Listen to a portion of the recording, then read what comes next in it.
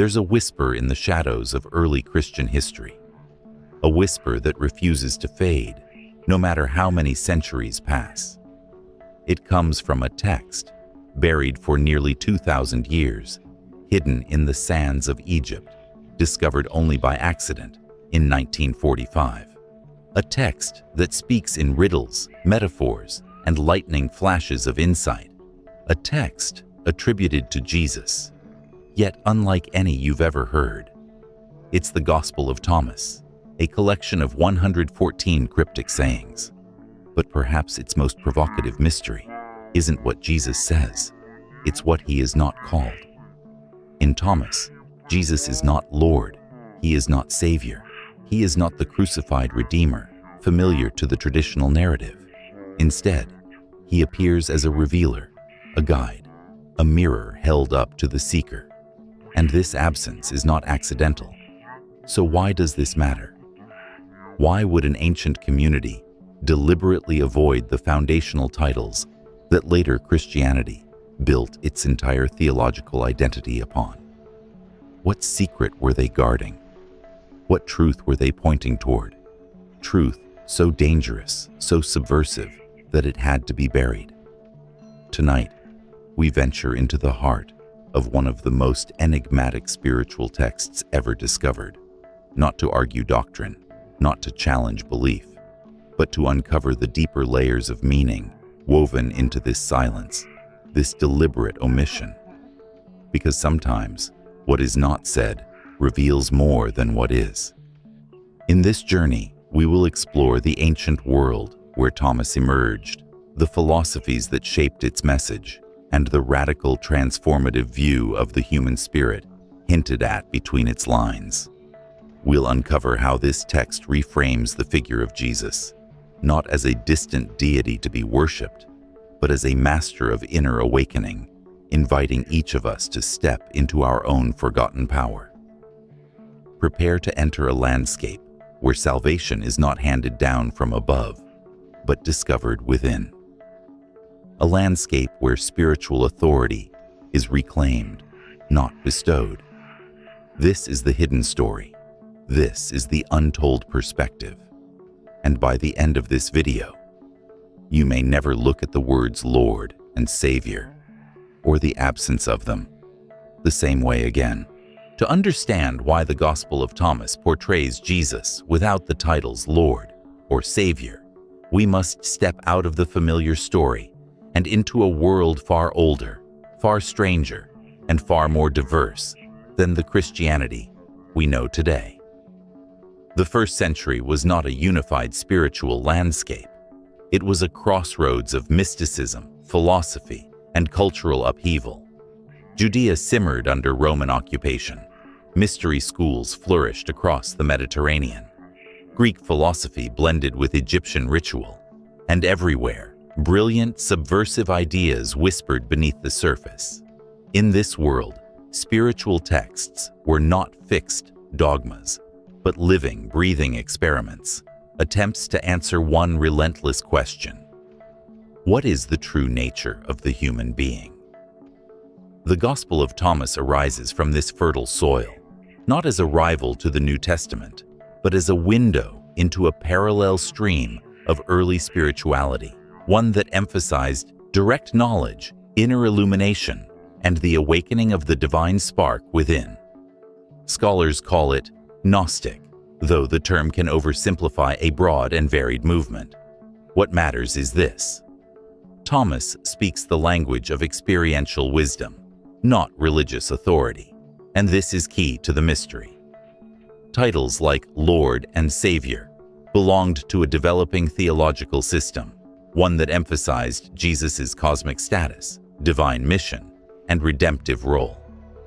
But the Thomas community seemed to orbit a different gravitational center. For them, spiritual truth wasn't something given from above by a superior being. It was something uncovered through self-recognition. Jesus wasn't a figure to be venerated. He was a guide who pointed inward. Picture the world when Thomas was composed, likely between the 1st and 2nd century CE. Early Christian communities were scattered, diverse, and largely independent. They told stories, shared sayings, and passed along teachings by word of mouth. Some groups saw Jesus as the risen Christ, conqueror of death. Others saw him as a wise teacher. Still others saw him as a mystic, revealing a hidden inner path. The Gospel of Thomas belongs to this last category. Its authors were less concerned with miracles, crucifixion narratives, or divine titles, and more focused on consciousness, awakening, clarity, perception. In its worldview, salvation wasn't achieved by believing in Jesus as Lord. Salvation happened in the moment you recognized the light already inside you. And so, the language of hierarchy, the language of worship, simply didn't fit. This wasn't heresy at the time. It wasn't rebellion. It was another branch on a vast spiritual tree that had not yet been pruned into orthodoxy. But as Christianity grew, as doctrines crystallized, as councils convened to define what was true and what was false, the Thomas tradition became increasingly incompatible with the story being constructed. A Jesus who empowers the seeker threatened a church that claimed exclusive access to salvation. A Jesus who reveals inner truth left little room for institutional authority. So Thomas was tucked away, buried quite literally in the sands of Nag Hammadi, waiting for the right moment in history to re-emerge. And that moment is now. Because we live in a time when the ancient question resurfaces once again. Is divinity something we look up to, or something we uncover within? To grasp why Jesus in the Gospel of Thomas is never called Lord or Savior, we must look not only at what the text excludes, but at the worldview it carefully constructs. Every omission is intentional. Every silence is a doorway. Let's step through the first one.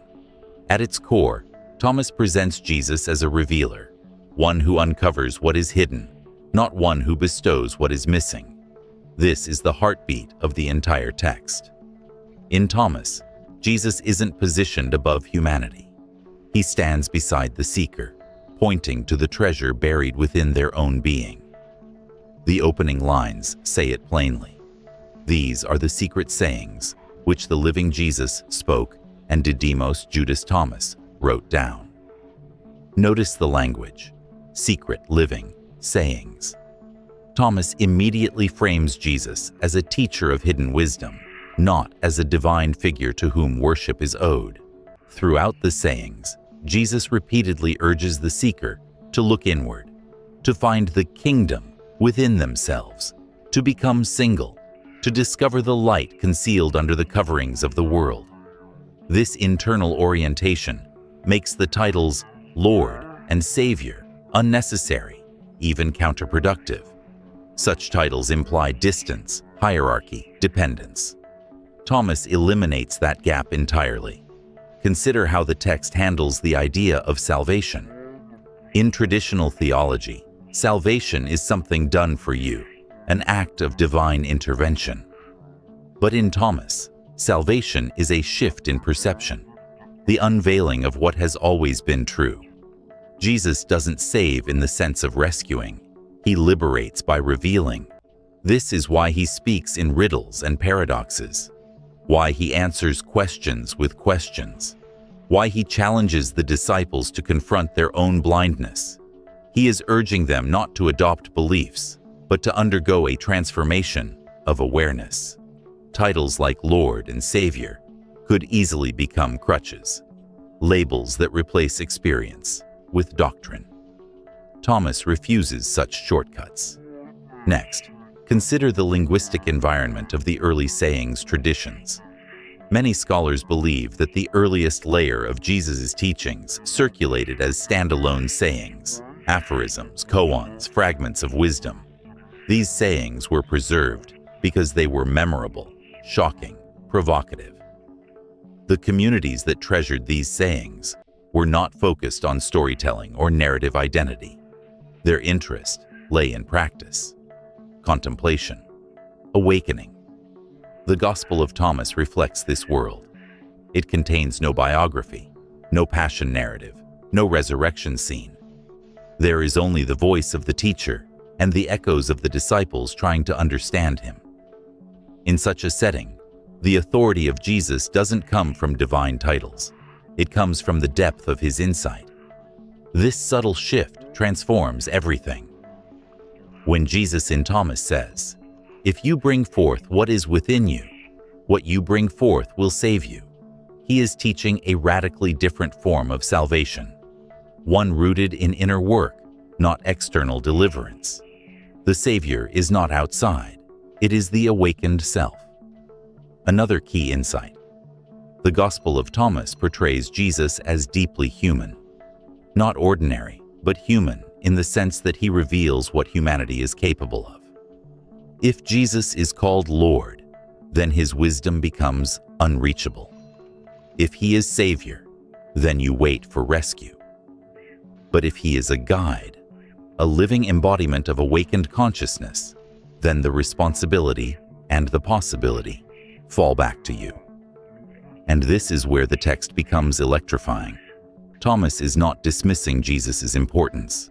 It is magnifying it by making him the doorway through which the seeker discovers their own divine capacity.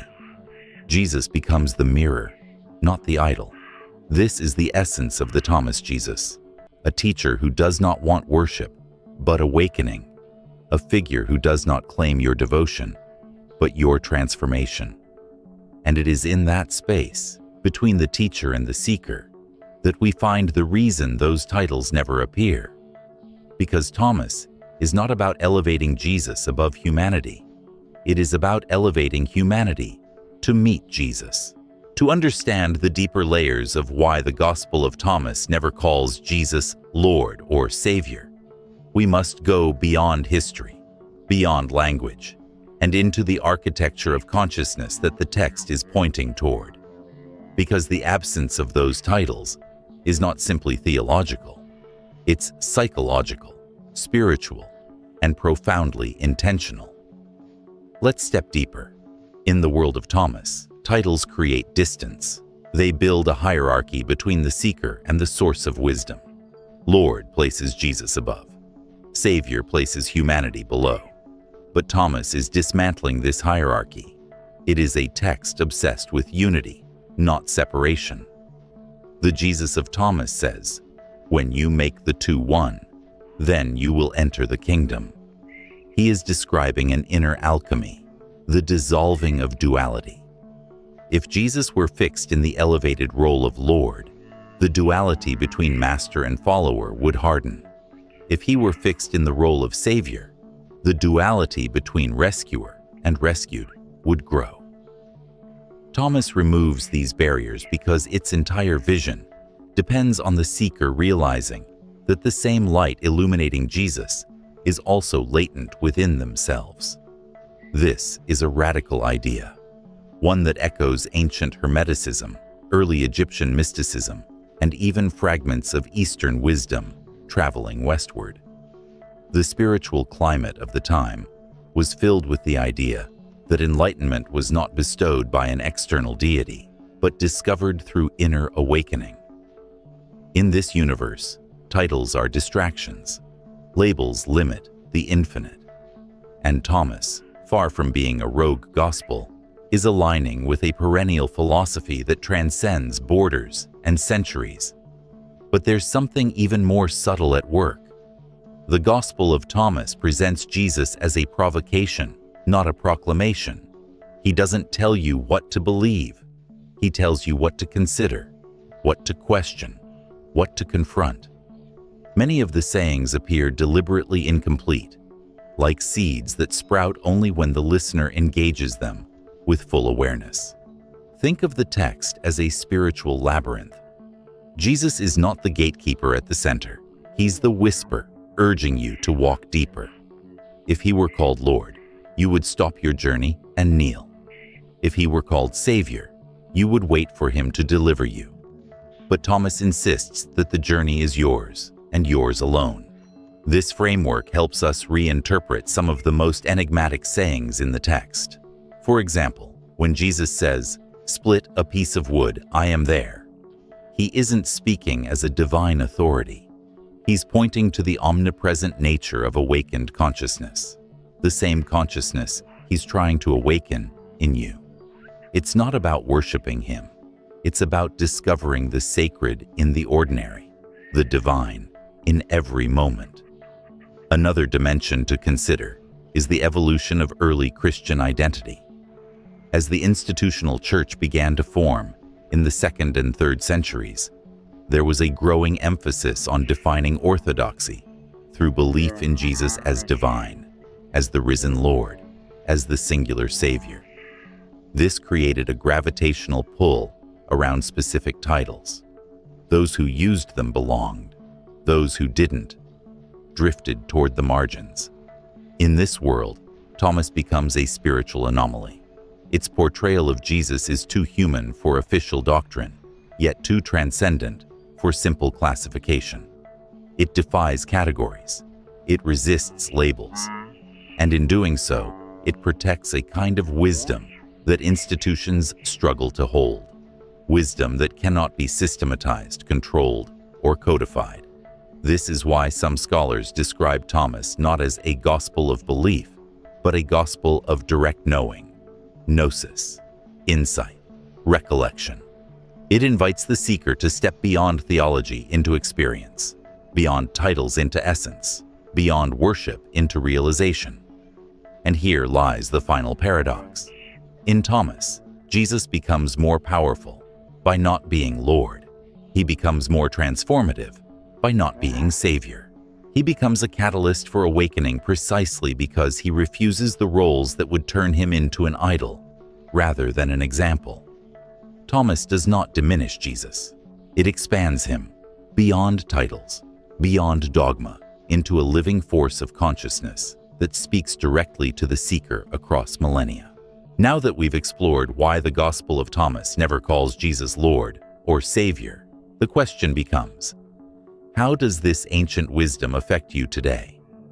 How can a text, written almost 2 millennia ago, transform the way you perceive your own life, your mind, and your inner power? The first practice is self-recognition. Thomas repeatedly emphasizes that the kingdom is not somewhere outside, it is within. Begin each day with quiet reflection. Ask yourself, what is already within me that I have not yet seen? This is not a meditation on wishful thinking or ego. It is an attentive scanning of consciousness, seeking those sparks of awareness that often go unnoticed. Write them down, name them, witness them. By acknowledging the divine presence inside yourself, you start to dissolve the need for external saviors or titles. Second, embrace paradox. Many Thomas sayings are deliberately paradoxical. When you make the two one, you will become children of man. These contradictions are not meant to confuse. They are meant to break habitual patterns of thought. Try this as a mental exercise. When you encounter a conflict or a limitation, ask, how might this challenge contain its opposite? Learning to sit with paradox opens the mind to layers of perception you previously ignored and cultivates the Thomasian skill of inner discernment. Third, shift from dependence to discovery. In traditional religious paradigms, the seeker waits for guidance, blessing, or salvation. In Thomas, the seeker learns to awaken their own capacities. Daily, identify one area of life where you have been waiting for someone or something to fix things. Instead, take the first conscious step toward your own solution. This practice trains you to recognize that power, insight, and wisdom are already present, waiting for acknowledgement. Fourth, active reflection on teachings. Thomas is not a story to be read passively. It is a code to be unraveled. Pick one saying at random each day. Read it slowly. Ask, what does this reveal about my own consciousness? Allow the words to simmer and watch how they begin to speak to your daily choices, relationships, and inner obstacles. This is the art of gnosis, learning through insight, not doctrine. Finally, cultivate a mindset of alignment rather than obedience. Titles like Lord or Savior can unconsciously teach submission. Thomas asks for something different: alignment with your own inner truth. In practice, this means listening to your intuition, honoring your instincts, and integrating your inner guidance into everyday decisions. The transformation is subtle but profound. You begin to act from clarity, not compulsion, from insight, not fear. Through these practices, the teachings of Thomas come alive. The text is no longer just words on a page. It becomes a living mirror, reflecting the capacity within you to awaken, perceive, and act from a place of sovereignty. It shows that the truest form of salvation is not delivered from outside. It is realized from within. And in doing so, it invites you into a conversation with consciousness itself, where titles, hierarchies, and external authority fall away, leaving only presence, awareness, and profound transformation. When practiced consistently, these approaches cultivate a sense of liberation that traditional labels cannot give. You begin to understand why the Gospel of Thomas never needed the words Lord or Savior. Because the awakening it points toward transcends titles. It asks for direct experience, and it empowers you to step fully into the truth that has always been there, waiting quietly inside. The Gospel of Thomas leaves us with a striking, almost unsettling clarity. The absence of the titles Lord and Savior is not an oversight. It is a revelation. In this ancient text, Jesus does not sit on a throne or hang in the balance of cosmic judgment. He stands beside the seeker, whispering riddles, pointing toward the hidden spark that has always dwelled within. By refusing these labels, Thomas dismantles the hierarchy that so often separates humanity from divinity. It invites a radical reimagining of spiritual authority, a vision in which the true path is not a surrender to someone else's power, but a recognition of your own. Here, awakening is not a reward. It is a discovery. It is not a gift. It is a reclaiming. This teaching carries a timeless resonance. In a world obsessed with external validation, with idols of fame, power, and certainty, Thomas reminds us that the deepest truths are rarely proclaimed. They are realized. They are uncovered in stillness, reflection, and courageous self-inquiry. Every paradox, every cryptic saying, every withheld title is a guidepost pointing inward, toward a kingdom that has never been elsewhere. And so, the question Thomas leaves us with is more than academic. It is personal. What is within you that is waiting to be recognized? What wisdom, what light, what divinity lies dormant, waiting for your attention? The Gospel of Thomas does not offer comfort or certainty. It offers something far more potent, the possibility of awakening here and now, through your own eyes, your own awareness, your own experience. In the end, perhaps the greatest revelation of all is this: Jesus in Thomas is not a distant Lord to be worshipped, nor a Savior to be waited upon. He is the mirror of what we can become.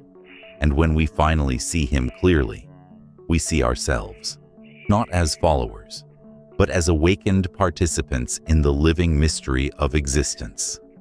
So, take a moment, look inward, listen to the whispers of Thomas, and ask yourself, if salvation is not granted but discovered, how will I awaken to it today?